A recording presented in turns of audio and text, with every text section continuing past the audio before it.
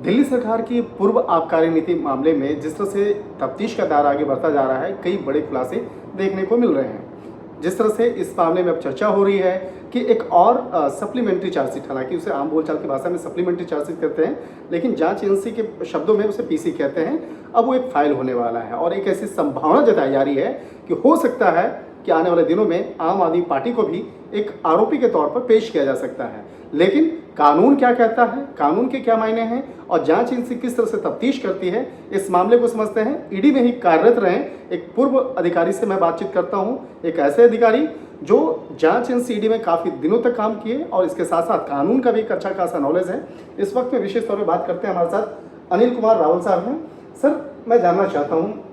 जांच एजेंसी में काफ़ी सालों तक आपने काम किया है, लेकिन एक विशेषज्ञ के तौर पर, एक एक्सपर्ट के तौर पर मैं आपसे जानना चाहता हूं कि किस तरह से,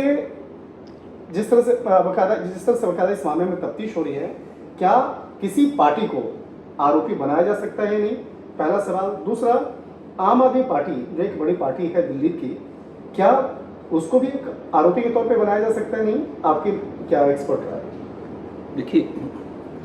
इसको समझने के लिए हमें पहले ये समझना पड़ेगा कि हमारे प्रोविजंस इसके लिए क्या कहते हैं। इसके जो प्रोविजंस हैं किसी भी एसोसिएशन ऑफ पीपल के लिए, क्योंकि पॉलिटिकल पार्टी एक तरह की एसोसिएशन ऑफ पीपल है, वो आम आदमी पार्टी हो या कोई और पार्टी हो, तो ये कई एक्ट से गवर्न करती है, जिसमें रिप्रेजेंटेशन ऑफ पीपल एक्ट भी है और इनकम टैक्स में भी कुछ प्रोविजंस हैं जो इनको देखते हैं, और पीएमएलए में भी कुछ प्रोविजंस हैं जो एसोसिएशन ऑफ पीपल में डील करते हैं। क्योंकि जो पीएमएलए की डेफिनेशन है वो एसोसिएशन ऑफ पीपल को डिफाइन करती है, जिसके अंदर पार्टी, पॉलिटिकल पार्टी क्लियरली उसके एम्बिट में आती है। इसके अलावा सेक्शन 70 जो पीएमएलए का है, उसके अंदर हमने और इसको स्पेसिफाई किया गया है कि एसोसिएशन ऑफ पीपल के अंदर जो लोग इन्वॉल्व हैं उनका इसमें किस तरह से रोल हो सकता है। तो इसको अब इसके साथ साथ जब हम इन सब चीज़ों को एक साथ देखते हैं कि रिप्रेजेंटेशन ऑफ पीपल एक्ट क्या कहता है, वो ये कहता है कि पॉलिटिकल पार्टी किसी भी तरह के कोई पैसे लेगी, उसका उसको अकाउंट रखना है। 2000 रुपये से ऊपर वो कैश नहीं ले सकती, और 20,000 रुपये से ऊपर जिससे भी लेती है उसका सारा उसके पास डिटेल होना चाहिए और उसको एक सीए के द्वारा वेरीफाई करना चाहिए। अब इस केस के अंदर जैसा हम देखते हैं कि जहाँ तक जो बातें चार्जशीट से सामने आ रही हैं, इसमें किसी भी तरह का इस तरह के डोनेशन का इसमें जिक्र नहीं है कि उसको बुक्स में लिया गया है। तो पहली बात तो ये कि जब किसी चीज़ को बुक्स में नहीं लिया गया तो ये सभी ऑफेंसेस आपके हो गए। अब जब आप रिप्रेजेंटेशन ऑफ पीपल एक्ट को भी नज़रअंदाज कर रहे हैं, इनकम टैक्स के प्रोविज़न को भी आप फॉलो नहीं कर रहे हैं, उसके अलावा पीएमएलए के अंदर जब आपने एक इलीगल ग्रेटिफिकेशन कोई लिया है और उसको कहीं इस्तेमाल किया है, जैसा कि चार्जशीट में बताया गया है, मैं फैक्ट्स के ऊपर किसी भी तरह की टिप्पणी नहीं करना चाहता हूँ, लेकिन जो फैक्ट्स चार्जशीट में रखे गए हैं मैं उसके बारे में बात कर रहा हूँ। उसके हिसाब से जो पैसे कुछ लिए गए और गोवा के इलेक्शन के अंदर इस्तेमाल किए गए, ऐसा ईडी का कहना है। तो ये सब चीज़ें देखते हुए पीएमएलए उसके ऊपर पूरी तरह से आता है, क्योंकि ये एसोसिएशन ऑफ पीपल एक लीगल जुडिशियल पर्सन है, आम आदमी पार्टी। जब वो लीगल जुडिशियल पर्सन है तो उसके ऊपर एक्शन होना है। तो एक्शन पीएमएलए में किस प्रोविजन में हो रहा है, क्योंकि डेफिनेशन जो सेक्शन 2 में है, 2S के अंदर डेफिनेशन है, और जो सेक्शन 70 में कंपनीज के अंदर जो एक्शन के बारे में डेफिनेशन हैं, उसको ये गवर्न कर, उसको अगर हम गवर्न यूज़ करें तो हम इनके ऊपर एक्शन ले सकते हैं। मतलब कि इसे आसान शब्दों में और आम बोलचाल की भाषा में मैं जानना चाहता हूँ कि क्या आम आदमी पार्टी के खिलाफ कार्रवाई हो सकती है, क्या उसे आरोपी बनाया जा सकता है? देखिए, मैंने जैसा आपको बताया कि इन सब प्रोविजंस को मद्देनज़र रखते हुए आम आदमी पार्टी पे कार्रवाई करनी बनती है। ठीक है। दूसरा सवाल बनता है सर कि अगर आम आदमी पार्टी को एक आरोपी बनाया जाता है जी, तो क्या उसकी सदस्यता रहेगी या नहीं रहेगी, पहला चीज़। और दूसरा सवाल है कि क्या इस मामले पर पार्टी के संयोजक होने के नाते किस पर कार्रवाई बनती है या क्या इसका प्रावधान होता है? देखिए, रिप्रेजेंटेशन ऑफ पीपल एक्ट को अगर कोई पॉलिटिकल पार्टी फॉलो नहीं करती तो उसकी सदस्यता ख़त्म की जा सकती है। ऐसा प्रावधान है? ऐसा प्रावधान है। वो पीएमएलए में प्रावधान नहीं है, लेकिन जब पीएमएलए में उनके ऊपर एक्शन होगा या कोई चार्जशीट फाइल होती है तो वो उस प्रावधान के अंतर्गत उनके खिलाफ उसमें भी कार्रवाई हो सकती है और उनकी मान्यता रद्द हो सकती है। अगर आपने पार्टी को खत्म किया या पार्टी के खिलाफ अगर कार्रवाई हुई कानूनी तौर पर, जी, तो कानूनी तौर पे तो वो हो गया, लेकिन अगर पार्टी के संयोजक के तौर पर या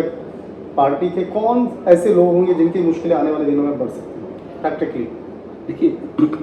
पार्टी एक लीगल जुडिशियल पर्सन है, एसोसिएशन ऑफ पीपल है, तो उस पार्टी के जो मेन कन्वीनर्स हैं, जो उस पार्टी के अफेयर्स को रन करते हैं और जो उस समय उस स्थिति में थे जो उसको रन कर रही थी, तो उन सब लोगों की जवाबदेही बनती है, क्योंकि आप एसोसिएशन ऑफ पीपल को प्रोसिक्यूट नहीं कर सकते, आप उसके बिहाफ पे उस इंडिविजुअल को करेंगे जो उस एक्शंस के लिए रिस्पॉन्सिबल था। तो अगर हम मुख्यमंत्री अरविंद केजरीवाल की बात करें, मुख्यमंत्री अरविंद केजरीवाल की गिरफ्तारी हुई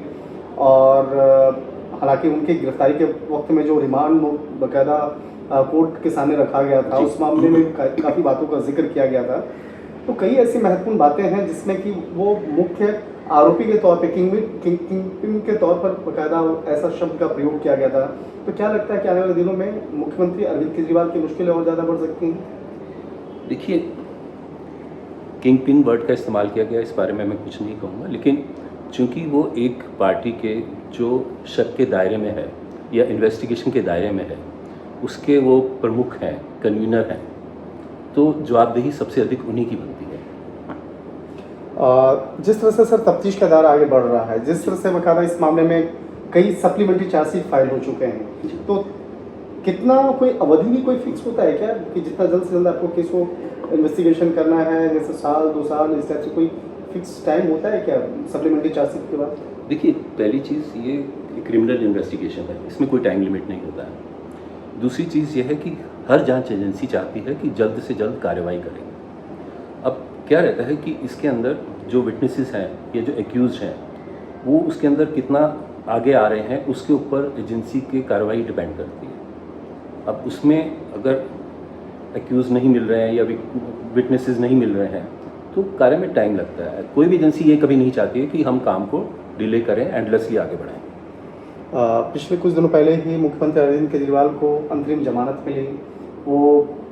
1 तारीख तक बाहर हैं और उसके बाद फिर 2 तारीख को फिर वापस उनको जेल जाना पड़ेगा और सरेंडर करना पड़ेगा। तो क्या लगता है कि इस मामले में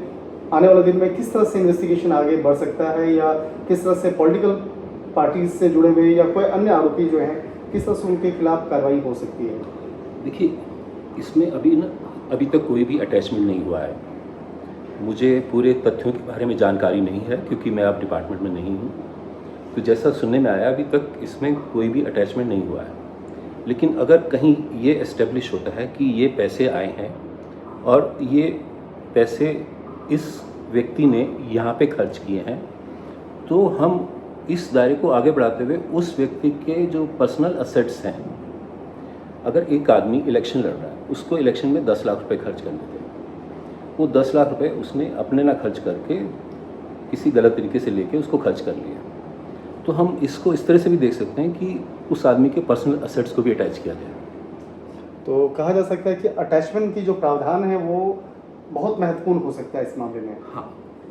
तो निश्चित तौर पे देखिए कहा जा सकता है कि जिस तरह से इस मामले में तफ्तीश का दायरा लगातार आगे बढ़ रहा है, इस मामले में कई अन्य आरोपियों की गिरफ्तारी हुई है, मुख्यमंत्री अरविंद केजरीवाल की गिरफ्तारी हुई, उप मुख्यमंत्री रहे मनीष सिसोदिया की गिरफ्तारी हुई, इसके साथ साथ कई अन्य आरोपियों की गिरफ्तारी हो चुकी है। लेकिन आने वाले दिनों में जब अगली जो सप्लीमेंट्री चार्जशीट फाइल होगी तो हो सकता है कि उस सप्लीमेंट्री चार्जशीट में कई बड़े खुलासे हो सकते हैं, जैसा कि एक संभावना जताई जा रही है। और ऐसा भी एक अनुमान लगाया जा रहा है कि जिस तरह से कानून के कई विशेषज्ञ भी बताते हैं कि आने वाले दिनों में हो सकता है कि आम आदमी पार्टी को भी एक आरोपी के तौर पर सामने लाया जा सकता है। लेकिन अगर ऐसा होता है तो देश के इतिहास में शायद पहली ऐसी घटना होगी कि किसी भी पार्टी को आरोपी के तौर पर जांच एजेंसी के द्वारा पेश किया गया होगा। फिलहाल देखना लाजमी होगा कि आने वाले दिनों में इस मामले पर सप्लीमेंट्री चार्जशीट में किन किन लोगों का नाम सामने आता है। शंकर आनंद, न्यूज़ 18, दिल्ली।